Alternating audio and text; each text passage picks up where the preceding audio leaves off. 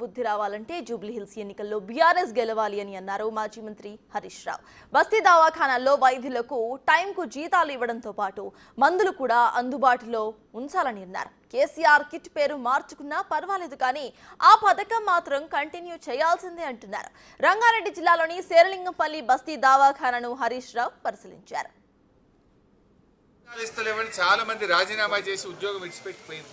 బస్తీ దవాఖానాల్లో చాలా చోట్ల డాక్టర్లు లేరు, సిబ్బంది లేరు. నువ్వు జీతాలు ఇయ్యక చాలా మంది ఉద్యోగాలు వదిలిపెట్టినారు. తక్షణమే అన్ని ఖాళీలు కూడా నిలపాలని చెప్పి బీఆర్ఎస్ పార్టీ డిమాండ్ చేస్తూ ఉంది. ముఖ్యంగా ఇలా జూబ్లీహిల్స్ ప్రజలు, హైదరాబాద్ ప్రజలు గమనించాలి. రేవంత్ రెడ్డి ఇలా రేపు ఏమంటాడు, జూబ్లీహిల్స్లో గెలిస్తే నేను బస్తీ దవాఖానాలను అటకెక్కించిన, మందులు లేవు, పరీక్షలు లేవు, సిబ్బంది లేరు, జీతాలు లేవు, అయినా జూబ్లీహిల్స్లో నాకే ఓటేసింది అంటాడు. ఇవాళ జూబ్లీహిల్స్లో మీరు కర్రు కాల్చి వాత పెట్టండి. అప్పుడైతే బస్తీ దవాఖానాలు మెరుగుపడతాయి, బస్తీ దవాఖానాలకు మందులు వస్తాయి, పరీక్షలు జరుగుతాయి, ఆ సిబ్బందికి జీతాలు వస్తాయి.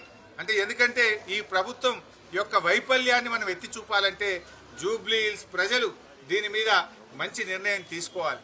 ఈ హైదరాబాద్ ప్రజలు కూడా జూబ్లీహిల్స్లో ఉండే మీ బంధువులకు, మీ దోస్తులకు, మీ సహచరులకు చెప్పి కాంగ్రెస్ పార్టీకి గుణపాఠం చెప్పే విధంగా హైదరాబాద్ జంట నగరాల ప్రజలందరూ కూడా పూనుకోవాలని చెప్పి